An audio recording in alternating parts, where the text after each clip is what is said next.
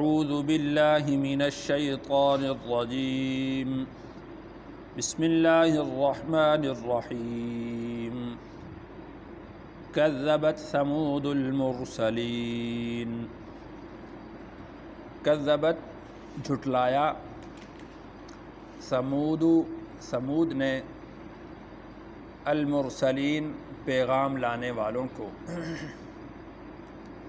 اذ قال لهم جب کہا ان سے اخوہم ان کے بھائی نے صالح یعنی حضرت صالح نے الا تتقون کیا تم ڈرتے نہیں ہو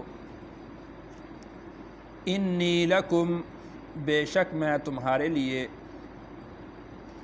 رسول امین پیغام لانے والا ہوں معتبر امانت دار پیغام لانے والا ہوں فاتقوا اللہ پس تم ڈرو اللہ سے واطیعون اور میری پیروی کرو وما اسألکم علیہ من اجر اور میں نہیں سوال کرتا تم سے اس پر کسی بدلے کا ان اجریہ الا علی رب العالمین میرا بدلہ تو رب العالمین پر ہے۔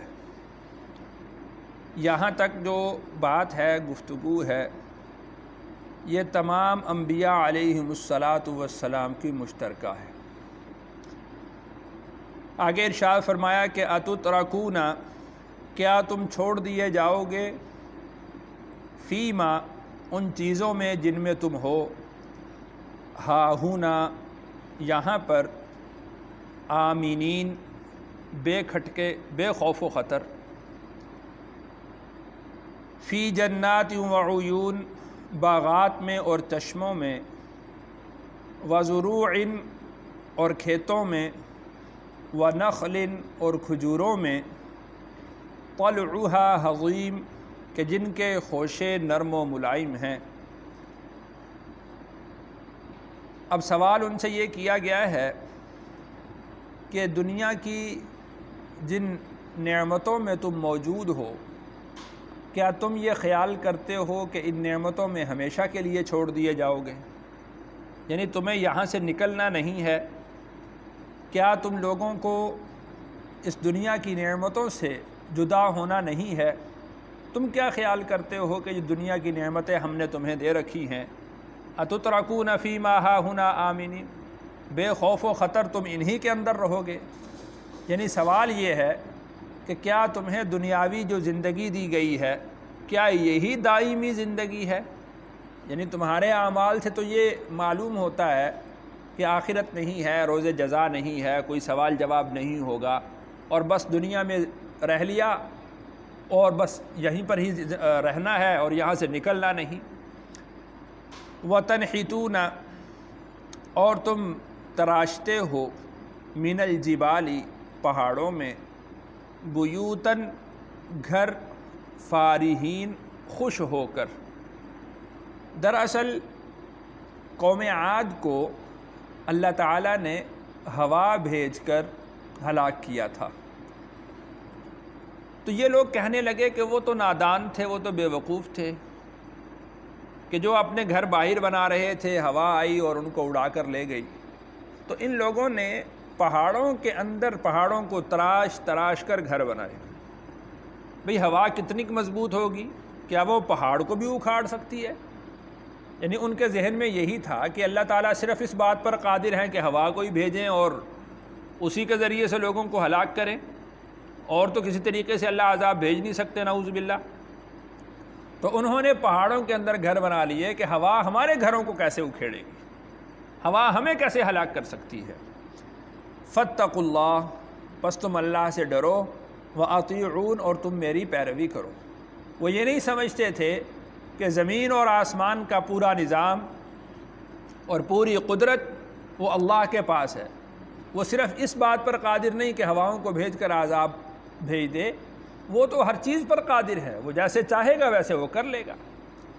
ولا تطیعوا امر المسرفین، یہاں سے جو ماتحت لوگ تھے، عام عوام تھے، ان کو حکم دیا جا رہا ہے کہ وَلَا تُطِيعُوا تم لوگ پیروی نہ کرو امر المسرفین حد سے بڑھنے والوں کے معاملے کی، حد سے تجاوز کرنے والے لوگوں کے معاملہ کی تم پیروی نہ کرو۔ سردار لوگ اپنی ماتحت رعایا کو انبیاء علیہم السلام کی تکذیب پر، ان کے استہزاء پر، ان کے مذاق اڑانے پر ان کو اکسایا کرتے تھے، تو ان کو منع کیا جا رہا ہے کہ وَلَا تُطِيعُوا امر المسرفین، ان لوگوں کے کہ جن کا معاملہ حد سے بڑھ چکا ہے ان کے معاملات کی پیروی تم نہ کرو، تم اپنے کیے کے جواب دہ ہو، وہ اپنے کیے کے جواب دہ ہیں۔ اور ان سے مراد وہ لوگ الذین، وہ لوگ ہیں یفسدون فی الارض، جو فساد پھیلاتے ہیں زمین میں، ولا یصلحون، اور وہ درستگی نہیں کرتے، یعنی ان کا معاملہ وہ فساد کا معاملہ ہے، برائی کا معاملہ ہے، بھلائی کا معاملہ نہیں ہے، اصلاح کا معاملہ نہیں ہے۔ یعنی اگر وہ لوگ کسی بھلائی کی طرف چل رہے ہوتے، کسی نیکی کی طرف چل رہے ہوتے، پھر تو تم ان کی پیروی کرتے، پھر تو تم ان کی اطاعت کرتے، پھر تو اچھا بھی معلوم ہوتا تھا، بھلا معلوم ہوتا تھا۔ لیکن ان کا معاملہ تو یہ ہے کہ الذین یفسدون فی الارض، وہ تو زمین میں فساد پھیلاتے ہیں، وہ اصلاح تو چاہتے ہی نہیں۔ قالوا، انہوں نے کہا انما انت من المسحرین، آپ تو یوں لگتا ہے کہ گویا کہ جادو ہو چکا ہے۔ انما انت من المسحرین، آپ ان میں سے لگتے ہیں کہ جن پر جادو ہو جاتا ہے۔ نعوذ باللہ من ذالک، یعنی وہ لوگ اپنے سرداروں کے خلاف نبی کی بات کو سننے کے لیے بھی انہوں نے گوارا نہیں کیا کہ ہمارے سرداروں کے خلاف نبی بات کر رہا ہے۔ جب نبی نے ان کے خلاف بات کی ہے تو نعوذ باللہ انہوں نے نبی کو بھی یہ کہہ دیا ہے کہ آپ پر جادو ہو چکا ہے، آپ کیسی عجیب عجیب باتیں کر رہے ہیں۔ ما انت الا بشر مثلنا، نہیں ہے تو مگر ایک بشر ہماری طرح کا، ہماری مثل ہی تو آدمی ہے، تجھے نبوت کا دعویٰ کیسے ہوا؟ تو کیسے نبوت کا دعویٰ کرتا ہے؟ ہاں البتہ یہ ہے کہ اگر آپ نبی ہیں فأتی بآیۃ، پھر کوئی نشانی لے آئیے، ان کنت من الصادقین، اگر آپ سچے ہیں۔ اگر آپ سچے ہیں، ہمارا اور آپ کا معاملہ تو ایک جیسا ہی لگتا ہے۔ اگر آپ سچے ہیں کہ اللہ نے آپ کو نبوت عطا کی ہے اور آپ اللہ کے پیغمبر ہیں، رسول ہیں، اور اللہ کی طرف سے وحی آپ پر نازل ہوتی ہے، تو پھر فأتی بآیۃ، پھر کوئی ہمیں نشانی دکھلاؤ، پھر کوئی نشانی لے آؤ، ان کنت من الصادقین، اگر آپ سچے ہیں۔ حضرت صالح علیہ السلام نے اللہ سے دعا کی، بلکہ ان کا مطالبہ یہ تھا خود کہ یہ پہاڑ ہے، اس پہاڑ کے اندر سے اونٹنی نکلے تو پھر ہم آپ کو رسول مان لیں گے، پھر ہم آپ کے اس معجزہ کو دیکھتے ہوئے آپ پر ایمان لے آئیں گے۔ تو حضرت صالح علیہ السلام نے اللہ تعالیٰ سے دعا کی، اللہ تعالیٰ نے حضرت صالح علیہ السلام کی اس دعا کو قبول کیا، اور ایک اونٹنی اس پہاڑ کے اندر سے نکلی۔ اب وہ اونٹنی قد و قامت میں بہت بڑی تھی، جسامت میں بہت بڑی تھی۔ اب اس کا طریقہ یہ تھا کہ وہ جس کھیت میں جاتی تو وہ سارا کا سارا چر لیتی تھی، جس پانی کی گھاٹ پہ جاتی سارا پانی پی لیتی تھی۔ اب وہ لوگ آئے حضرت صالح علیہ السلام کے پاس اور کہا کہ یہ معاملہ ہمارے درمیان ذرا اس کو آپ درست کر دیجئے۔ تو پھر اللہ نے حکم ارشاد فرمایا، قال، تو صالح علیہ السلام نے فرمایا، ھذہ ناقۃ لھا شرب، کہ یہ ایک اونٹنی ہے، لہا شرب، اس کے پینے کا ایک دن مقرر ہے، وَلَکُمْ شِرْبُ یوم معلوم، اور تمہارے لیے ایک متعین دن ہے اس کے اپنے جانوروں کو پلانے کا۔ یعنی ایک دن یہ اونٹنی چرا کرے گی اور پانی پیا کرے گی، اور ایک دن تمہارے جانور چرا کریں گے اور وہ پانی پیا کریں گے۔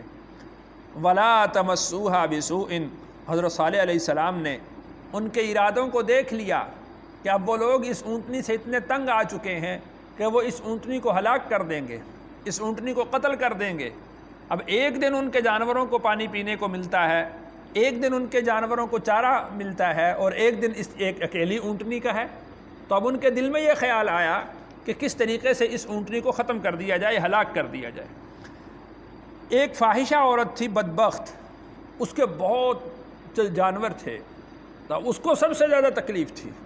تو اس نے اپنے ایک آشنا سے کہا کہ تم اس اونٹنی کو ہلاک کر دو تو میں تم سے نکاح بھی کر لوں گی۔ اب وہ جو تھا بد کردار شخص وہ گیا اور اس نے اونٹنی کی کونچیں کاٹ دیں، اس کے پاؤں کاٹ دیے۔ صالح علیہ السلام نے ان کے ان ارادوں کو پہلے بھانپ لیا تھا تو فرمایا کہ ولا تمسوها بسوء، تم اس اونٹنی کو برائی کے ساتھ مت چھونا، یعنی جو تم ارادے کر رہے ہو کہ اس کو ہلاک کر دیں، اس کی طرف برائی کے ارادے سے مت بڑھنا۔ فَيَأْخُذَكُمْ عَذَابُ يَوْمٍ عَظِيمٍ، پس آ لے گا تمہیں اس بڑے دن کا عذاب، یعنی وہ دن کہ جس دن میں تم نے اس اونٹنی کو برے طریقے سے چھوا، اس کو تکلیف پہنچائی، تو پھر وہ بڑے دن کا عذاب تمہیں آ لے گا، یعنی وہ جو عذاب کا دن ہوگا وہ بہت بڑا دن ہوگا اور تمہاری گرفت ہوگی اس دن میں۔ فَعَقَرُوهَا، پس انہوں نے ان کی اس اونٹنی کی کونچیں کاٹ دیں۔ فَأَصْبَحُوا نَادِمِينَ، پھر وہ ہو گئے نادم و شرمندہ، یعنی اب ان کی ندامت کا وقت آن پہنچا تھا۔ حضرت صالح علیہ السلام ان کو بارہا یہ سمجھا چکے تھے کہ وَلَا تَمَسُّوهَا بِسُوءٍ، اس اونٹنی کو برائی کے ساتھ مت چھونا، لیکن وہ یہ سمجھتے تھے نعوذ باللہ من ذالک، باوجود یہ کہ انہوں نے اپنی آنکھوں سے مطالبہ کیا، جو مطالبہ کیا تھا اپنی آنکھوں سے اس کو پورا ہوتے ہوئے بھی دیکھ لیا، اس کے باوجود انہوں نے فَعَقَرُوهَا، اس کی کونچیں کاٹ دیں اور حضرت صالح علیہ السلام پر ایمان نہ لائے۔ فَأَصْبَحُوا نَادِمِينَ، تو وہ نادم ہو گئے، اب اپنے کیے پر شرمندہ ہو گئے کہ ہم یہ کیا کر بیٹھے ہیں۔ فَأَخَذَهُمُ الْعَذَابُ، پھر آ لیا ان کو عذاب نے۔ اب وہ تو یہ سمجھتے تھے کہ ہوا کا عذاب آ سکتا ہے، تو انہوں نے اپنے گھروں کو پہاڑوں کے اندر گھڑ لیا، تراش لیا۔ اللہ نے ایک چیخ کی آواز بھیجی، ایک فرشتہ آیا اور اس نے اتنی زور سے چیخ ماری کہ ان کے کلیجے پھٹ گئے اور سارے کے سارے ہلاک ہو گئے۔ اب وہ یہ سمجھتے نہیں تھے، ان کے ذہن میں ہی نہیں تھا یہ کہ اللہ اس طرح بھی عذاب دینے پر قادر ہے۔ تو فَأَخَذَهُمُ الْعَذَابُ، تو ان پر اللہ کا عذاب آیا۔ إِنَّ فِي ذَلِكَ لَآيَةً، اس میں البتہ نشانی ہے۔ وَمَا كَانَ أَكْثَرُهُم مُؤْمِنِينَ، اور ان میں سے اکثر لوگ ایمان لانے والے نہیں۔ وَإِنَّ رَبَّكَ لَهُوَ الْعَزِيزُ الرَّحِيمُ، اور بے شک تیرا رب زبردست ہے اور رحم کرنے والا ہے۔ اللہ تعالیٰ